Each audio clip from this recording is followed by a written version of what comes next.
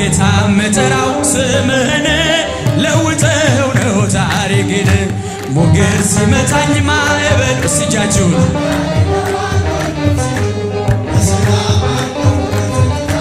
ሁሉ ተችሎ በአንተ ጌታ በሰላም አለው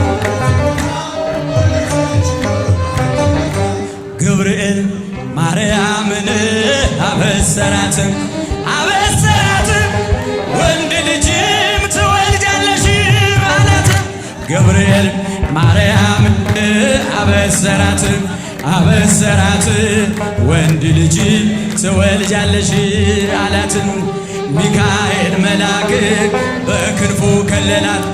የሰማይ መጋረጃውም ሸፈናት ንጽሕት